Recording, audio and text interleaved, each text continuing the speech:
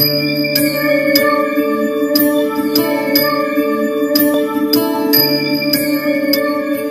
দর্শক বন্ধু, speech of astrology চ্যানেলের পক্ষ থেকে আমি শ্রী সুমন চন্দ্র আপনাদের সকলকে স্বাগত জানাই। এখন আপনারা দেখছেন আপনাদের প্রিয় চ্যানেল স্পিচ অফ অ্যাস্ট্রোলজি। দর্শক বন্ধু, আমরা জানি দেবগুরু বৃহস্পতি এখন বৃষ রাশিতে অবস্থান করছেন, কিন্তু 13ই জুলাই সেনাপতি মঙ্গল বৃষে এসে 26শে আগস্ট অবধি থাকবেন। এক্ষেত্রে বৃহস্পতির সাথে মঙ্গল কনজয়েন্ট হলে এটাকে গুরু মঙ্গল যোগ হিসাবে জানবেন। মঙ্গল ও গুরু এরা দুজনেই দেবতা দলের অধীনস্থ হওয়ায় এক্ষেত্রে মিত্রগ্রহ হিসাবেও জানা যায়। তবে এই যোগ প্রতিটা লগ্ন রাশির মানুষের ক্ষেত্রেই 12 বছর পর আসতে চলেছে। কিন্তু এই গুরু মঙ্গল যোগ আপনার ক্ষেত্রে কতটা রাজযোগের ফল দেবে কিংবা কতটা মারকত্বের ফল দিতে চলেছে তা জানার জন্য ভিডিওটি অবশ্যই পুরোটা দেখবেন।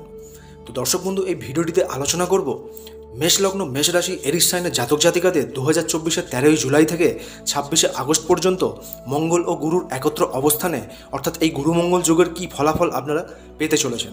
এক্ষেত্রে মেষ রাশির জায়গায় যদি লং অথবা চং শব্দটি লেখা থাকে তবেই কিন্তু আপনি মেষ লগ্ন বা মেষ রাশির মানুষ হয়ে থাকবেন।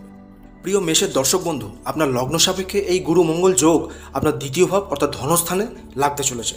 মাথায় রাখবেন, গুরু এবং মঙ্গল আপনার ক্ষেত্রে রাজযোগকারী গ্রহ।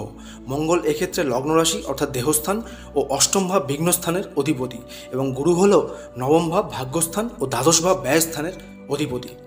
এ সময় আপনার অর্থের জায়গায় এই যোগ অবশ্যই কিন্তু ফাইন্যান্স বৃদ্ধিতে আপনাকে সাহায্য করবে। আপনি জব বা ব্যবসা যাই করুন না কেন, এ সময় আপনার ক্ষেত্রে স্যালারি লেভেল বৃদ্ধি পাবে কিংবা ব্যবসায় আপনি আগের তুলনায় অধিক অর্থ রোজগার করতে সক্ষম হবেন। তবে গুরু ব্যয়পতি হওয়ায় এ সময় আপনার অর্থ বিনিয়োগের কিছু ঘটনাও কিন্তু ঘটতে দেখা যাবে। যারা নিজের ব্যবসায় ইনভেস্টমেন্ট করতে চাইছিলেন কিংবা কর্মে প্রগতির জন্যে অথবা নতুন জব জয়েন করার ক্ষেত্রে ডোনেশন দিতে চাইছিলেন, তাদের ক্ষেত্রে এ সময় তার শুভ পরিণাম আনতে চলেছে বলেই জানা যায়। এ সময় আপনার পারিবারিক কিছু সুখের ব্যাপারেও বৃদ্ধি কিন্তু হতে চলেছে।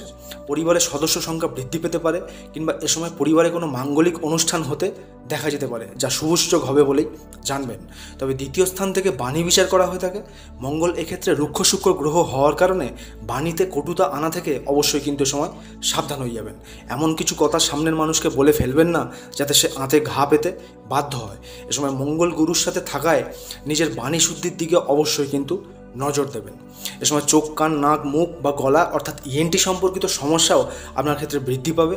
যদি এই ধরনের সমস্যায় আগে থেকে আপনি জর্জরিত থাকেন তাহলে অবশ্যই সঠিক চিকিৎসার দিকে চেষ্টা করবেন, তাতে রোগ মুক্তির সহজ পথ আপনি পেতেই দেখতে পাবেন। এরপর গুরু ও মঙ্গলের দৃষ্টি সাপেক্ষে কী ধরনের ফলাফল আপনি পেতে চলেছেন সেই বিষয়ে জানবেন।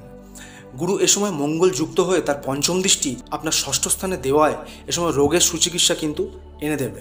যারা আগে থেকেই কোনো গুরুতর রোগে ভুগছিলেন তারা এ সময় সঠিক চিকিৎসা পেয়ে সুস্থ হতে পারবেন। যারা কিছু কাজ শুরু করার জন্য লোন করতে চাইছিলেন তারা এ সময় সেই লোন অ্যাপ্রুভ হতেও দেখতে পাবেন।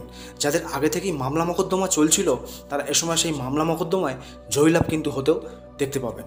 গুরুর নবম দৃষ্টি দশমে দেওয়ায় এ সময় নাম যশে বৃদ্ধি করতে যারা চাইছিলেন তাদের ক্ষেত্রে সেই ধরনের কর্মের প্রচেষ্টায় অগ্রগতি দেবে। যারা মিডিয়া, সোশ্যাল মিডিয়া ইত্যাদি কাজে যুক্ত আছেন এ সময় নিজের ফেম বানাতে সমর্থ হবেন এবং সৌভাগ্য বৃদ্ধি হতেই আপনি দেখতে পাবেন। মঙ্গল গুরুযুক্ত হয়ে তার চতুর্থ দৃষ্টি আপনার পঞ্চম স্থানে দেওয়ায় এ সময় প্রেমের ক্ষেত্রে কিছু পজিটিভ অ্যাক্টিভিটি তৈরি করবে। যাদের সম্পর্ক ব্রেকআপ পর্যন্ত চলে গিয়েছিল তারা এ সময় সেই সম্পর্ক আবার শুধরে নিতে পারবেন। যারা নতুন সম্পর্কে আসতে চাইছিলেন তারা এ সময় জীবনে নতুন মানুষের আগমন হতে দেখতে পাবেন। শিক্ষায় এ সময় একাগ্রতা বাড়বে। এছাড়াও সন্তান লাভের জন্য যে দম্পতিরা চেষ্টা করছিলেন তারা এ সময় সফল হতে পারবেন বলেও জানা যায়। মঙ্গলের অষ্টম দৃষ্টি আপনার নবম স্থানে দেওয়ায় এ সময় সৌভাগ্য লাভের বেশ কিছু দিশা আপনি অবশ্যই খুঁজে পাবেন। যারা উচ্চশিক্ষা স্ট্রাগল করে চলেছিলেন বা এখনও পর্যন্ত করছেন তারা এ সময় তাতে সফল হবেন। এ সময় জন্মস্থান থেকে দূর যাত্রা আপনার শুভ হতে দেখা যাচ্ছে। এছাড়াও ধার্মিকতা ও ধর্মভাব আপনি নিজের মতো লক্ষণীয় হতেই এ সময় দেখতে পাবেন, যা শুভ ফলে প্রাপ্তিতে আপনাকে সাহায্য করতে চলেছে বলেই জানবেন। এরপর গুরু ও মঙ্গলের সরাসরি দৃষ্টি অর্থাৎ সপ্তম দৃষ্টি আপনার অষ্টমভাবে দেওয়ায় এ সময় আপনার জীবনের অনেক বাধাবিঘ্নকে কিন্তু নাশ করতে চলেছে বলেই জানবেন। যারা পৈতৃক সম্পত্তি বা শ্বশুরবাড়ির সম্পত্তি প্রাপ্তির আশা করেছিলেন কিন্তু আগে তা পাননি তারা এ সময় এই ধরনের লাভ কিন্তু আসতেও দেখতে পাবেন।